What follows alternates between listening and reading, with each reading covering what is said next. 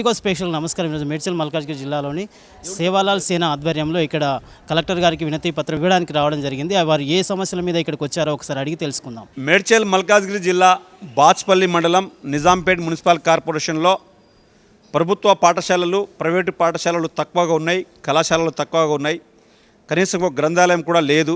కానీ గత ప్రభుత్వం నుండి ఈ ప్రభుత్వంలో కూడా గల్లీలో బెల్ట్ షాపులు, రోడ్ల మీద వైన్ షాపులు విచ్చలవిడిగా సాగుతుంది.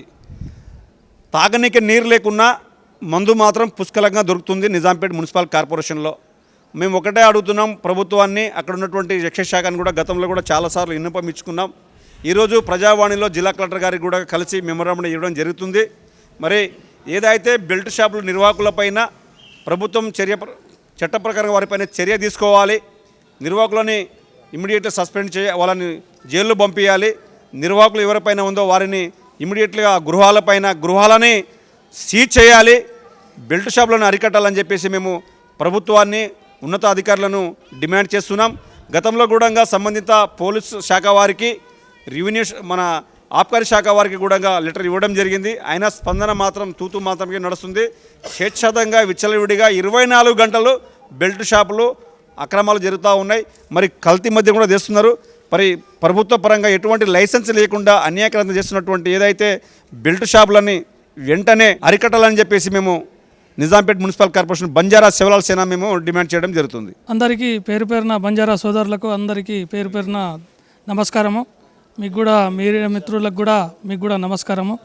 మేడ్చల్ మల్కాజ్గిరి జిల్లా రాష్ట్ర వ్యాప్తంగా మన పంచాయతీ గ్రామ పంచాయతీలు అయినా సరే, మన మున్సిపాలిటీ కొత్తగా అయినా సరే వాళ్ళకి కూడా సక్రమంగా మున్సిపాలిటీ తండాలు కూడా ఇప్పుడు కొత్తగా ఉన్నాయి కాబట్టి మున్సిపాలిటీలలో కూడా అభివృద్ధిని చెందాలి. ఏ నిధులైనా ఇవ్వాలి. గ్రామ పంచాయతీ మున్సిపాలిటీ దాంట్లో కూడా నిధులు కొత్తగా కేటాయించాలి. మళ్ళీ ఇంకో విషయం ఏంటంటే ఇప్పుడు మొన్న ధాన్యము తడిసి చాలా రోడ్ల పాలు అవుతుంది ధాన్యము. ఆ ధాన్యము ఒక్కొక్క రైతుకు ఒక షెడ్డులాగా ఏర్పాటు చేస్తే కూడా ధాన్యం తడవకుండా రైతులకు కూడా, రైతు సంఘాలకు కూడా చాలా ఇబ్బంది పడుతురు. మన రాష్ట్ర గవర్నమెంట్ అయినా సరే, కేంద్రమైనా సరే రైతులకు కొన్ని అవకాశాలు ఇస్తే కూడా వాళ్ళ షెడ్లు ధాన్యం తడవకుండా ఈ బస్తాలు లేట్ రావడం జరుగుతుంది.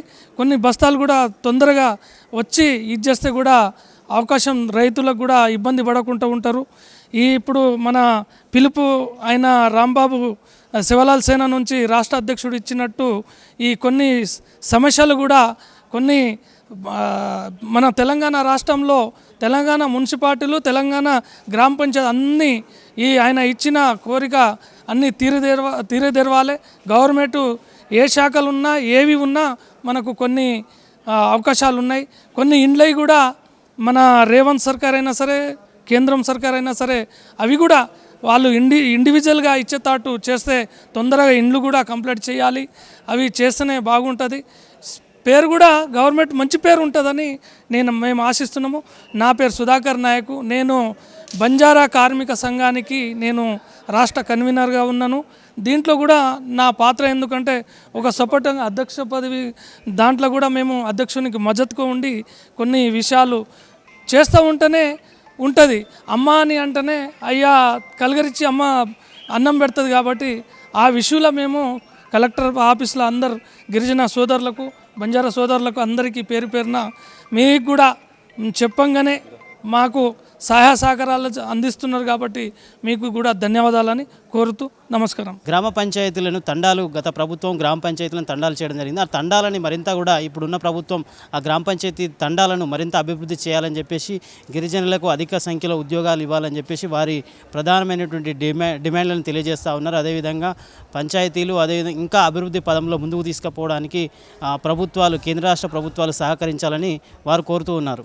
వీడియో జర్నలిస్ట్ శ్రీకాంత్ రెడ్డితో reporter Shyam Prasad. Please subscribe to the channel and download the Politicos app from the links in the description.